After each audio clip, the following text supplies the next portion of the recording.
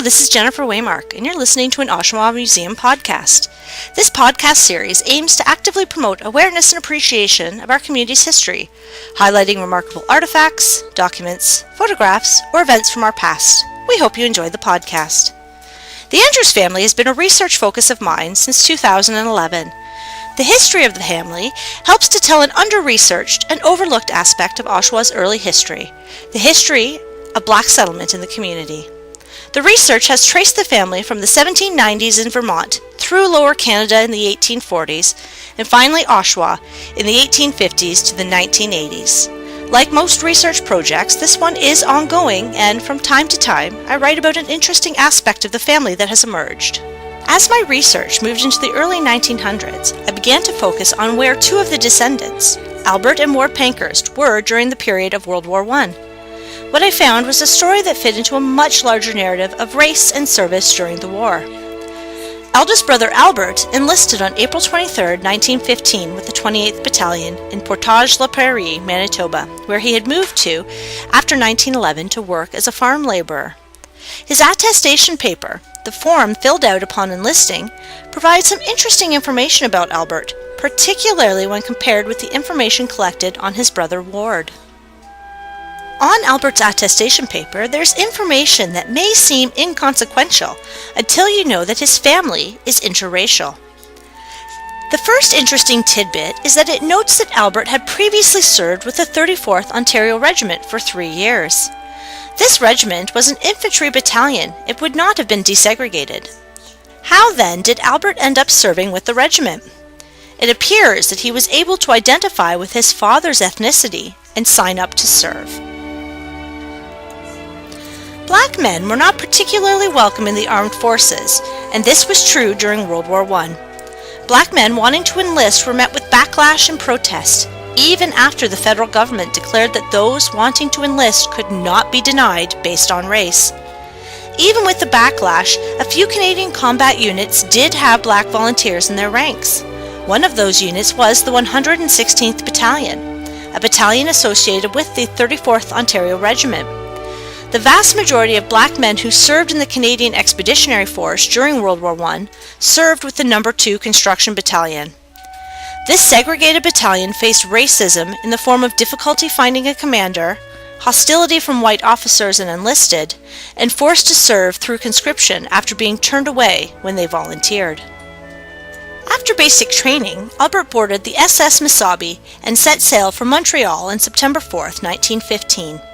The 28th Battalion arrived at the front and took part in both the Battle of St. Eloi and the Battle of Mount Sorel. On June 6, 1916, Albert was reported missing, and by July 19th he was officially a prisoner of war, being held at the Dunbar, Germany POW camp. During his time as a POW, Albert was held in 3 different camps. The first was Dunbar, followed by Rouen, and finally Limburg. It is from Limburg that Albert was finally able to escape. According to his personnel file, Albert escaped from Limburg POW camp on March 3, 1918, and arrived back in England by March 14th. While Albert was held prisoner in Germany, his brother Ward found himself in Detroit when the United States entered World War I. Ward became part of the first wave of men registered for conscription in World War I.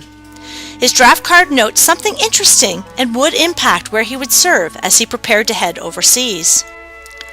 On the draft card, under race, Ward is listed as being Caucasian.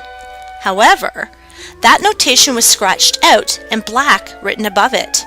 A draft card did not equal time served, and I am currently working to determine if Ward actually did serve. If he did, his experience would have been far different than Albert's, due to Ward being listed as black. Much like Canada, when the United States entered the war, black men enlisted, or attempted to enlist, in large numbers. The U.S. already had 4 all-black regiments when they entered World War I. These regiments had a long history, dating back to the end of the Civil War. Within 1 week of declaring war, black men volunteered in such large numbers that the War Department had filled these regiments and stopped accepting black volunteers.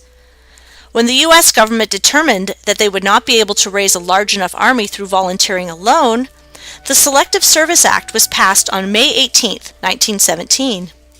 Ward was officially registered on June 5, 1917, and his name put on a list from which names were drawn to call for military service. While the Act had a provision in it that no one was exempt based on class or group, the draft boards did not necessarily follow this. It has been argued by historians that draft boards, comprised of wealthy white males, did in fact exempt those of the wealthy class. It has been argued that the draft boards chose men who disproportionately represented immigrants, rural farmers, and blacks to military service. Research is ongoing to determine if Ward was selected for military service. If he had been selected, the change of race on his draft card would have impacted his experience. Black soldiers in the U.S. faced segregation, substandard uniforms, and social services.